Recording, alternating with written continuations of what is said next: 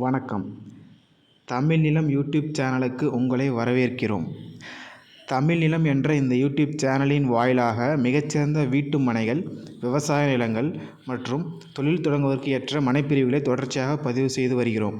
இன்றைய பதிவில் நீங்கள் பார்த்து கொண்டிருப்பது கள்ளக்குறிச்சி மாவட்டத்தில் அழகிய இயற்கை சூழலில் அமைந்த அருமையான தண்ணீர் வசதியுடன் கூடிய விவசாய நிலம் விற்பனைக்கு வந்துள்ளது. இந்த விவசாய நிலம் பற்றிய முழு தகவலை பார்ப்பதற்கு முன் இதை போன்ற நிலம் சம்பந்தமான அனைத்து வீடியோக்களுக்கும் நம்ம தமிழ் நிலம் சேனலை மறக்காமல் சப்ஸ்கிரைப் பண்ணிக்கோங்க.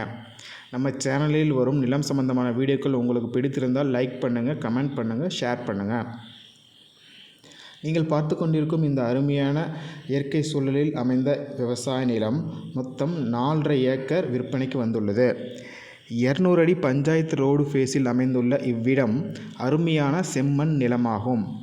வற்றாத தண்ணீர் வசதியுடன் கூடிய இவ்விடம் 5 HP ஃப்ரீ EB சர்வீஸ் மற்றும் ஒரு கிணறுடன் அமைந்துள்ளது.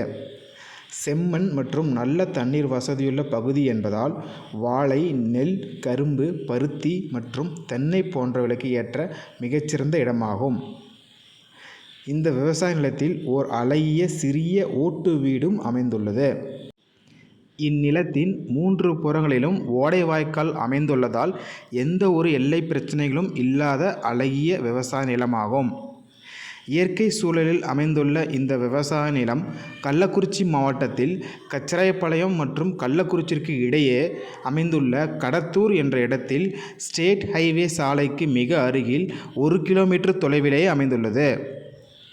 இந்த இடம் நேரில் பார்த்து உங்களுக்கு பிடித்திருந்தால் இவ்விடத்தின் உரிமையாளரிடமே நேரில் பேசலாம்.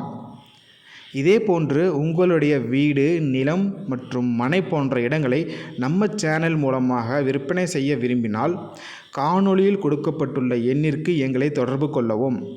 நாங்கள் உங்கள் இடத்திற்கே வந்து நம்ம சேனல் மூலம் உங்கள் இடத்தை விளம்பரப்படுத்தி விற்பனையும் செய்து தருகிறோம்.